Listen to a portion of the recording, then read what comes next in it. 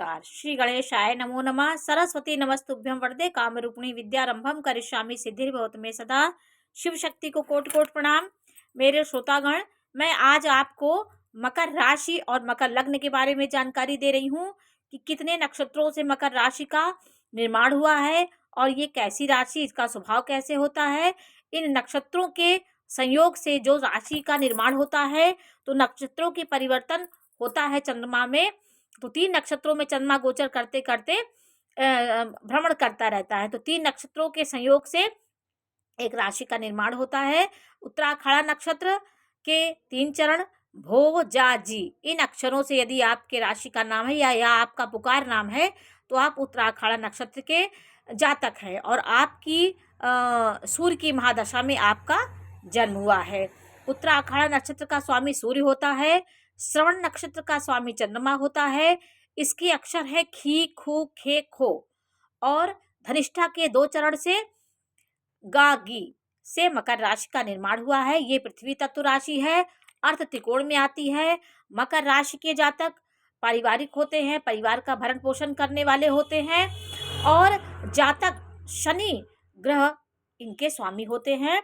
ये जातक बहुत कर्तव्यनिष्ठ होते हैं, कर्मठ होते हैं, शरीर से पुष्ट होते हैं और मजबूत होते हैं। ये जातक धरती से संबंधित कार्य करते हैं और भूमि भवन का इनको सुख मिलता है और अर्थ से मजबूत होते हैं। ये काम करने वाली राशि है। इस नक्षत्र के जातक बहुत कर्मठ होते हैं और अपने काम में ईमानदारी से काम करते हैं और जातक पुरुषार्थ इनके अंदर बहुत होता है। ये जातक पहलवान, डॉक्टर, शोधकर्ता, आर्मी, पुजारी, वकील, ज्योतिष और इनकम टैक्स में भी काम करने वाले जातक इनके ये राशि के मिलेंगे। इनके देवता हैं, इस नक्षत्र के भगवान है विश्वदेवा, जिनको विश्वदेवा नमः, विश्वदेवा इनके भगवान है। और ये राशि जो होती है वो राशि शोध करने वाली होती है। किसी काम को करने से पहले पूरे तह तक जा कर के ही इसके काम को पूरा करते हैं। तो सूर्य का नक्षत्र आ गया, चंद्रमा का नक्षत्र और मंगल का नक्षत्र। तो सूर्य की ऊर्जा, मंगल का कोमलता और धनिष्ठा की उग्रता इनके अंदर, तीनों ग्रहों का स्वभाव इनके अंदर रहता है। ये मीठा बोलने वाले होते हैं, यात्रा प्रिय होते हैं, भ्रमण करने वाले, एक स्थान पे नहीं बैठते, अपना जीवन मस्ती से जीते हैं, मस्ती से जीवन जीते हैं। निर्णय लेने की शक्ति इनके अंदर पूर्ण होती है। मान्यताओं को मानने वाले होते हैं। ये पुरानी मान्यताओं के हिसाब से चलते हैं।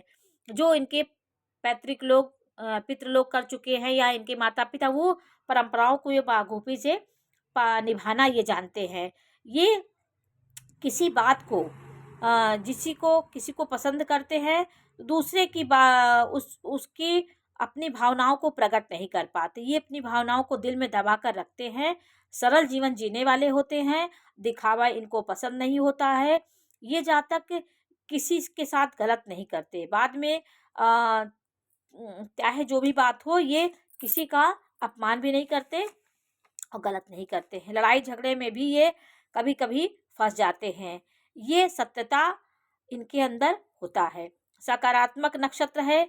गणेश का प्रभाव, इनको गणेश जी की पूजा करनी चाहिए। ये जातक कभी कभी उग्र हो जाते हैं, कभी शांत रहते हैं तो एकदम शांत हो जाते हैं, उग्र हो जाते हैं तो इनका गुस्सा शांत नहीं होता है। तो ये उत्तराखड़ा नक्षत्र के थोड़े लक्षण हुए। अब मैं श्रवण नक्षत्र की कुछ जानकारी आपको दे रही हूँ। ये चंद्रमा का नक्षत्र है। श्रवण नक्षत्र का स्वामी चंद्रमा होता है। ये ज्ञान को ग्रहण करने वाला जातक होता है। ये श्रवण से मतलब होता है सुनना। ये अच्छाई को ग्रहण करता है और ईश्वर से जो ज्ञान लेते हैं,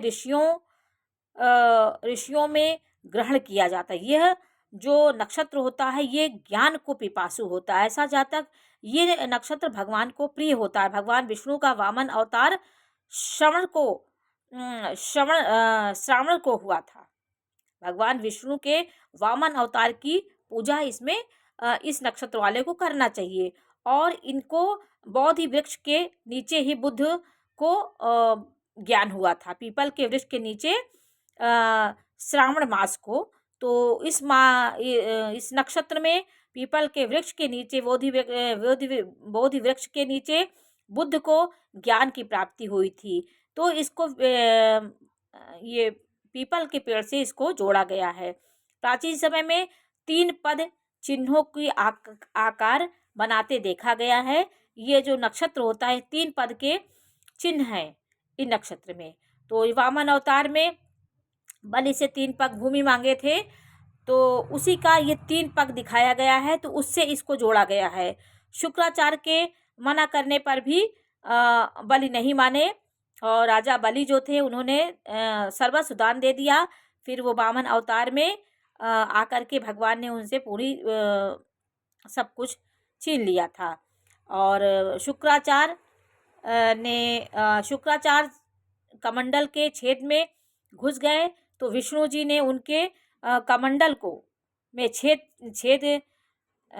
कर डाला, जिससे शुक्राचार्य की एक आंख फूट गई। तो ये एक प्राचीन मान्यता है, उससे इसको जोड़ा गया है कि वामन अवतार हुआ था। तो ये सब चीज़ें पौराणिक कथाओं में मिलती हैं कि श्रवण नक्षत्र कैसे जोड़ा गया है। ये चतुरता में अपने काम को कराने में माहिर होते हैं, चंचल स्वभाव होता है, अपने जुबान से जुड़े हुए रहना, अपनी बात को ही मानना, ये अपनी बात जिद आ जाता है तो उसी को जिद में आ जाते हैं। अपनी जुबान से जो बोल दिए वही होना चाहिए, ये इनके अंदर होता। अच्छी मैनेजमेंट क्षमता होती है। यदि चंद्रमा की स्थिति आपकी कुंडली में अच्छा है तो आप बहुत समझदार, कल्पना शक्ति आपकी तेज होगी। माँ सरस्वती को भी इससे जोड़ा गया है।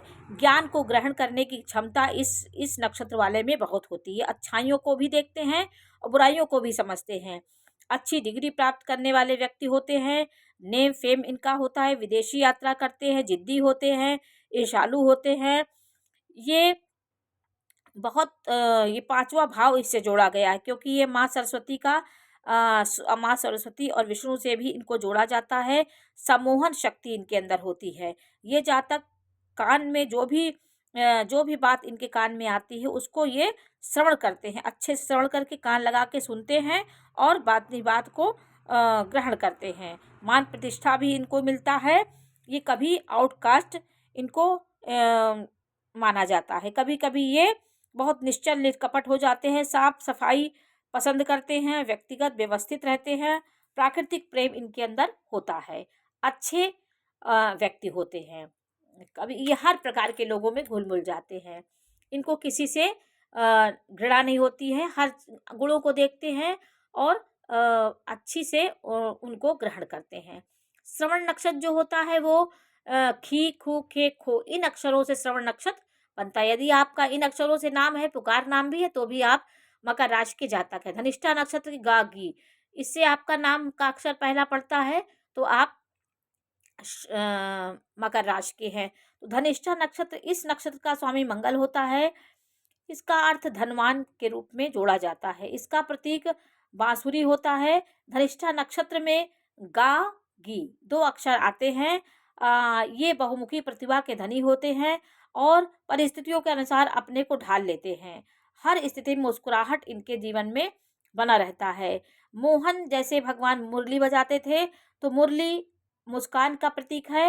बांसुरी से इनको जोड़ा क्योंकि ये व्यक्ति हर स्थिति में अपने को कर्मठ और अपने गलतियों को ध्यान देने वाले व्यक्ति होते हैं, अच्छा आचरण करने वाले होते हैं, सबका सम्मान करते हैं, सभी लोग आपके साथ खुश रहते हैं, कर्तव्य दायित्वों से ये कभी मुंह नहीं मोड़ते, कुशल गायक होते हैं, वकालत करने वाले होते हैं धनिष्ठा नक्षत्र वाले, और ये क्रियाशील होते हैं, अधिकार जमाने में कुशल होते हैं, स्वाभिमान की भावना इनके अंदर होती है, बौद्धिक क्षमता बहुत होती है, तत्काल निर्णय शक्ति,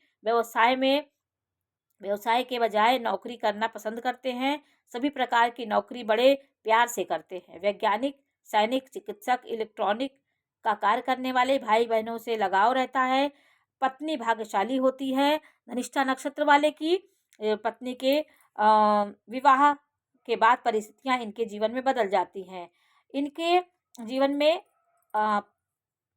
रीढ़ की हड्डी, दर्द की समस्याएं होती हैं, बीपी और श्वास से संबंधी बीमारियां इनको होती हैं। मंगलवार के दिन इनको भगवान हनुमान जी की आराधना करनी चाहिए। इनका स्वभाव जिद्दी होता, अड़ियल होता है, अपने लक्ष्य पे लगे रहते हैं। ऐसे व्यक्ति अपने लक्ष्य को नहीं छोड़ते, किसी का अधिकार लेना पसंद नहीं करते, किसी का अधिकार छीनना भी पसंद नहीं करते और उग्र स्वभाव के होते हैं। न्याय पे रहते हैं, लेकिन इनकी जिद से इनसे कोई चीज़ आदमी नहीं हासिल कर सकता है।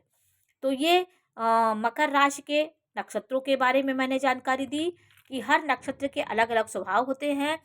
आप जिस नक्षत्र में जन्म लेते हैं, जिस चरण में जन्म लेते हैं, उस प्रकार आपका स्वभाव होता है। तो ये नक्षत्रों के प्रभाव से जो राशि बनती है, उसके स्वभाव से मकर राशि के बहुत जातक होते हैं। नाना प्रकार के जातक मकर राशि में आते हैं। इन अक्षरों में किसी भी अक्षर में आपका नाम हो तो आप मकर राशि के हैं। तो सबकी भावनाएं, सबकी सोच, सबके विचार अलग अलग होते हैं। तो एक ही नक्षत्र राशि के कई व्यक्ति होते हैं, तो उनके अलग अलग स्वभाव इन नक्षत्रों से होते हैं और चरण से होते हैं। तो आज मैंने आपको मकर राशि के बारे में जानकारी दी। आप लग्न से भी इसको देख सकते हैं। यदि आपकी मकर लग्न है तो आप इसको देख सकते हैं। मकर लग्न वालों के इस समय वर्तमान में मकर राशि में शुक्र गोचर कर रहे हैं। मकर राशि इस समय मार्च से उतरती 7.5 29 मार्च को 7.5 से ये राशि मुक्त हो जाएगी और जीवन में आनंद होगा। तो उतरती 7.5 आपके कई कार्य बना रही है, तो मकर राशि वाले अच्छी स्थिति इनकी चल रही है। तो आज मैंने आपको मकर राशि के बारे में जानकारी दी। ये काल पुरुष की 10वीं राशि है और ये अर्ध त्रिकोण में आती है, कर्म भाव में आती है। तो ये ऐसे जातक कर्मशील होते हैं। कर्म भाव में जो राशि होती है, कर्म के प्रति ये सदैव कर्म करते रहते हैं। कोई कार्य इनको, किसी का कार्य पसंद नहीं आता, सदैव अपने कार्य में लगे रहते हैं, स्वयं के कार्य करने में विश्वास करते हैं और अच्छे व्यक्ति होते हैं। तो आज मैंने आपको मकर राशि, मकर लग्न के बारे में जानकारी दी। जानकारी कैसी लगी हमें अवश्य बताइए। चैनल को लाइक करिए, सब्सक्राइब करिए। मैं इसी प्रकार की जानकारी देती रहूँगी। नमस्कार।